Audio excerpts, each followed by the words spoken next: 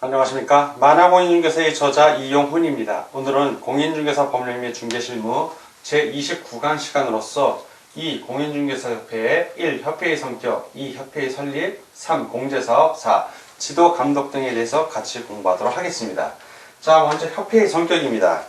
협회의 성격은 공인중개사협회의 성격.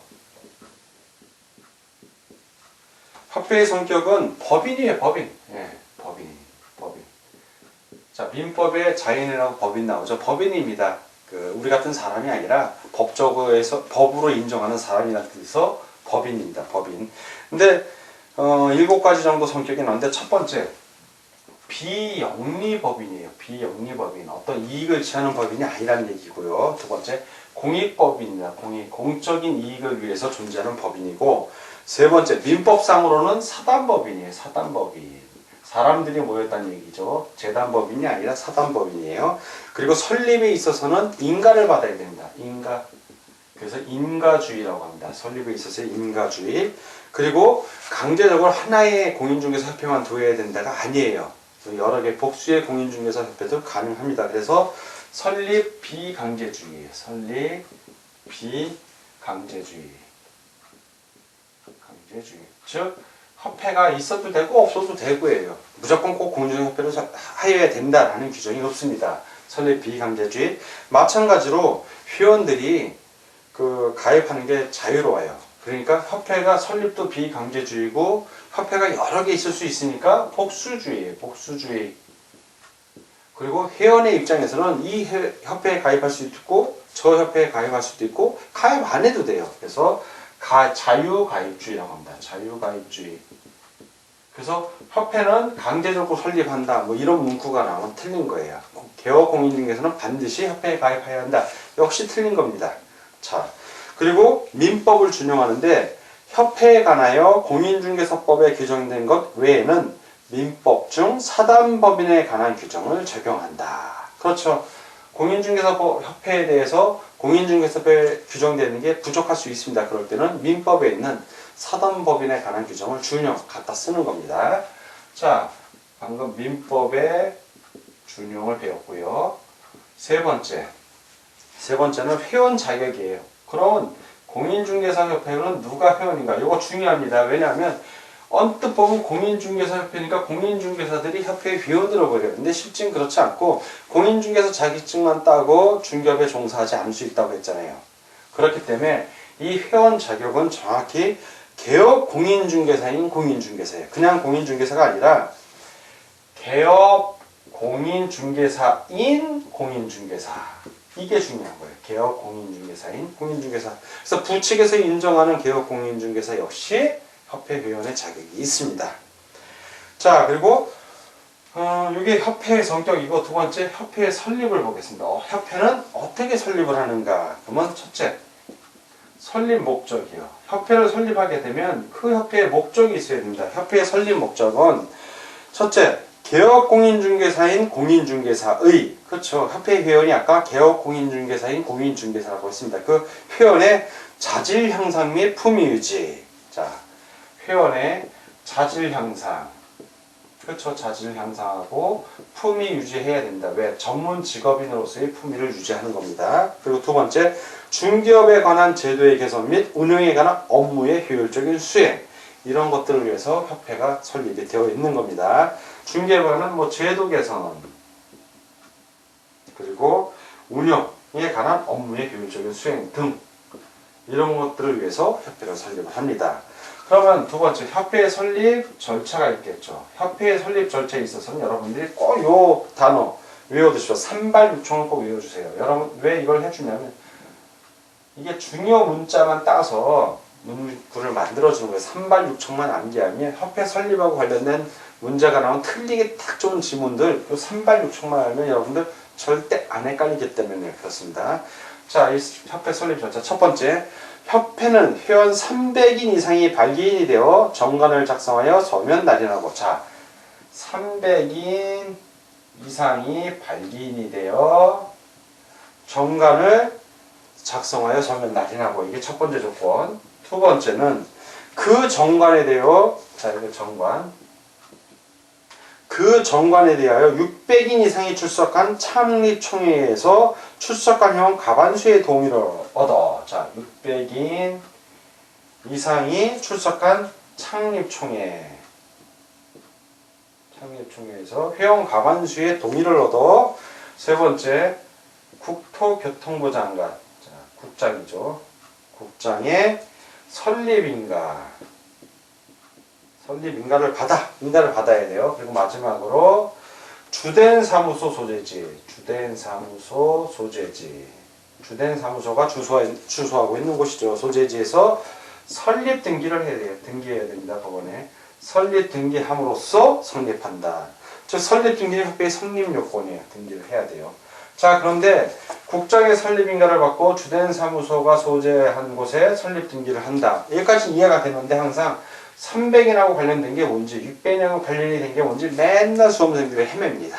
그래서 요걸 암기하기 쉽게 하려고 발기인의 발이고 600인의 6총 참여총이 총 그러면 3발 6총만 외우면 이건 절대 문제가 나도 여러분들이 헷갈리지 않습니다. 자, 그리고 창립총회는 요 창립총회하고 관련된 겁니다. 창립총회는 서울특별시에서 100인 이상. 자, 서울특별시에서 100인 이상. 그리고 시도에서 각각 20인 이상의 회원이 참여해야 합니다. 회원이 참여해야 됩니다. 자, 그리고 협회 지금 설립을 하는데 세 번째 협회의 조직이에요. 협회의 조직. 협회는 정관으로 정하는 바에 따라 시도에는 뭘 둘 수 있다? 지부예요, 지부. 자, 인천광역시 같은 경우는 협회의 인천광역시 지부가 되는 겁니다. 서울특별시 같은 경우는 서울특별시 지부가 되는 거고, 그리고 시군구에는 무엇을 둘 수 있다? 지회를 둘 수 있다. 그러니까 두어야 한다가 아니라 둘 수 있다니까 둘 수도 있고 안 둘 수도 있습니다. 요 시는 구가 설치되지 아니한 시하고 특별자치도의 행정시를 말합니다. 우리나라의 현재 특별자치도는 제주특별자치도가 있습니다. 자, 그리고 네 번째 협회의 업무입니다. 협회는 어떤 업무를 하는가? 협회는 설립 목적을 달성하기 위하여 다음의 업무를 수행할 수 있다 해서 우리 교재에 중요한 글자만 따서 7글자 써놨다. 품중자유. 자, 품중자유.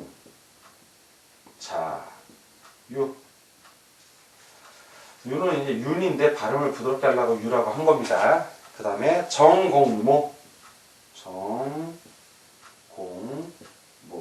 모는 목입니다. 목. 자, 하나씩 보겠습니다. 품. 1. 회원의 품위 유지를 위한 업무. 품위 유지의 품. 두 번째, 중.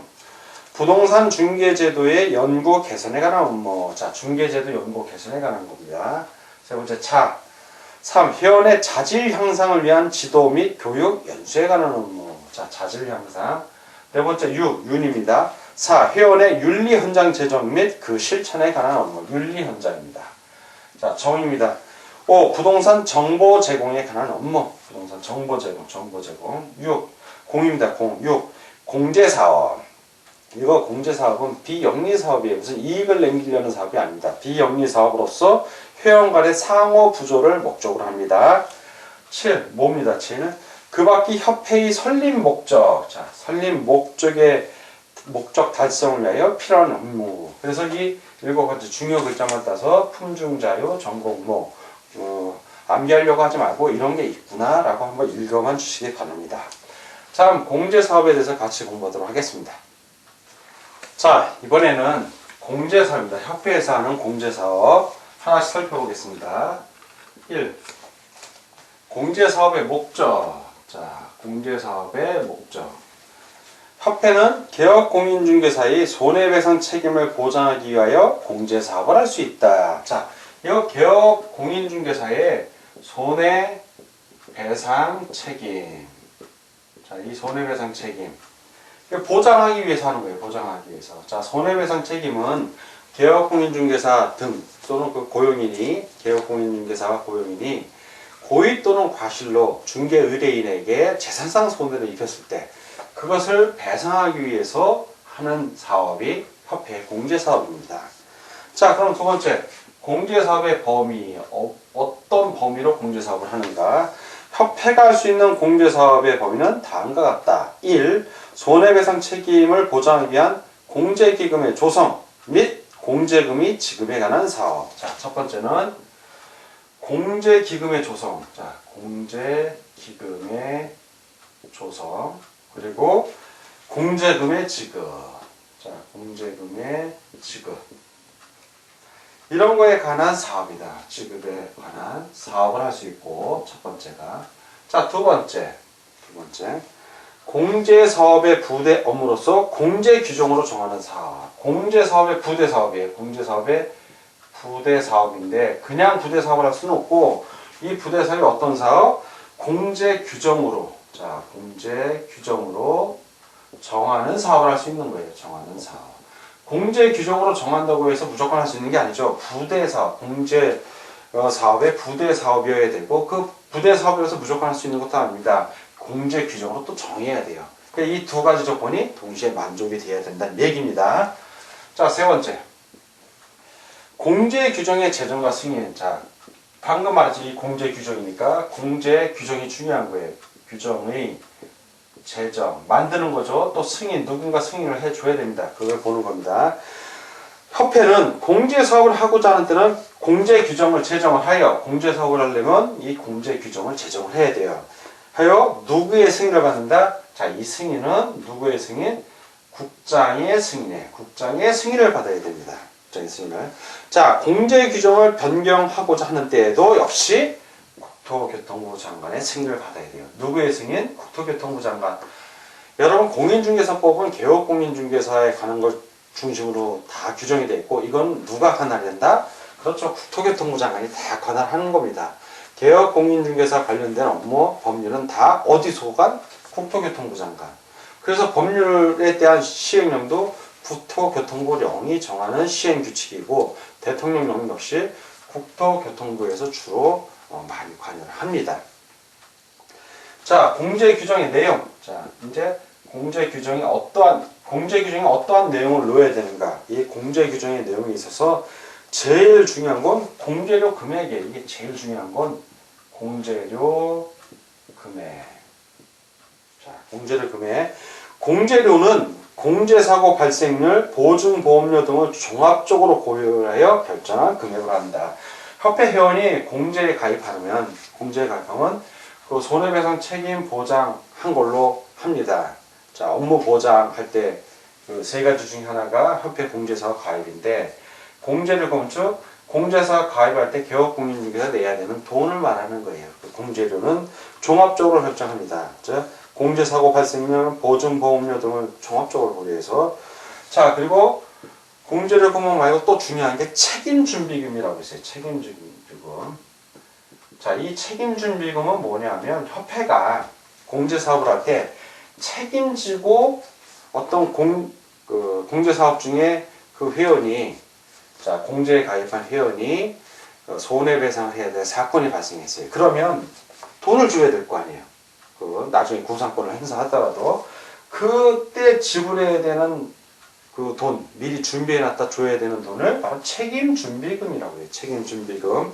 이 책임준비금의 적립비율 등이 있는데 공제사고 발생률 및 공제금 지급액 등을 종합적으로 고려하여 정하되 이 책임준비금은 항상 공제료 수입액. 자, 개업공인중개사가 협회 공제사업에 가입을 하면 공제료를 냅니다. 그 공제료 수입액이 있죠. 공제하면서 돈을 내니까 이 공제료 수입액의 100분의 10 이상을 책임준비금으로 해야 됩니다. 그 책임준비금의 적립 비율이 바로 공제료 수입액의 100분의 10 이상이라는 얘기예요. 자, 그리고 마지막으로 이 공제사업은 다섯 번째 공제사업의 별도 회계 관리했죠. 공제사업의 회계는 공제사업과 관련된 수입이 들어오잖아요. 공제료 수입액이 들어오면 이 회계는 별도로, 자, 그래서 별도로 관리하는 별도 회계 관리예요. 별도 회계 관리. 협회에 여러 가지 회계가 있어요. 수익과 지출이 있으면 이 공제료만큼은 별도로 독립해서 별도로 회계 관리를 해야 된다는 얘기고, 또 하나 플러스 타 용도로는 사용할 수 없어요. 타 용도 사용 금지. 즉 협회 공제료 수입액은 반드시 공제사업에만 쓰란 얘기예요. 타 용도 사용 금지니까. 회계도 별도로 하고 사용도 반드시 타 용도 금지라는 거. 왜? 공제사업은 목돈이 나가는 거기 때문에 반드시 이런 규정을 둬서 어떤 부조리가 발생할 수 있는 것을 사전에 예방하는 것입니다. 자, 이번에는 지도감독 등에 대해서 같이 알아보도록 하겠습니다. 먼저 지도감독 등은 협회에 대한 지도감독입니다. 자, 협회에 대한 지도감독. 자, 이거 누가 하냐면 국토교통부 장관이 합니다. 자, 국토교통부 국장은 그 협회 그리고 그 지부 및 지회를 지도 감독하기 위하여 필요한 때에는, 자, 이 협회하고 지부 지회를 감독하기 필요할 때는, 자, 첫째, 그 업무에 관한 사항을 보고하게 하거나 업무 보고를 하게 하거나, 두 번째, 자료의 제출, 그 밖에 필요한 명령을 할 수 있으며, 세 번째, 소속 공무원으로 하여금 그 사무소에 출입하여 장부 서류 등을 조사 검사하게 할 수 있다. 자, 이걸 위반했을 때, 즉 협회 지부 지회가 보고 자료 제출 조사 검사를 거부 방해 또는 기피하는 경우입니다. 이런 경우에는 500만 원 이하의 과태료에 처해집니다. 그래서 이렇게 소속 공무원을 하여금 조사 검사하게 할 수 있는데, 협회 지부 지회에 대하여 출입 검사 등을 하는 공무원은 증표, 즉 공무원증, 그리고 공인중개사 협회 조사 검사 증명서를 지니고 상대방에게 이를 내보여야 합니다. 자, 이렇게 협회에 대한 지도감독 정리하고요. 두 번째, 이번에 이제 협회의 보고 의무가 있어요. 협회의 보고 의무 및 신고 의무입니다. 자, 그래서 먼저 첫 번째, 협회는 총회의 의견 내용을, 협회의 총회에서 의결을 하면 그 의견 내용을 지체 없이 국토교통부 장관에게 보고하여야 합니다. 보고해야 하고요. 두 번째, 협회가 그 지부 또는 지회를 설치를 합니다. 설치를 한 경우에는, 그때는 그 지부는 시도지사에게, 그래서 이 지부는 누구에게? 시도지사에게. 그리고 지회는 등록관청에게 뭘 해야 된다? 예, 신고하는 거죠. 신고 의무니까 신고하여야 한다. 자, 총회 의결, 이거는 보고 의무고요. 보고 의무. 지부지회 설치 시에는 신고 의무가 되겠습니다. 자, 이렇게 오늘은 공인중개사 법령 및 중개실무 제29강 시간이었고요. 이 공인중개사협회 1협회의 성격부터 4 지도감독 등에 대해서 같이 공부하였습니다. 오늘 공부하느라고 수고 많으셨습니다. 다음 시간에 뵙겠습니다. 감사합니다.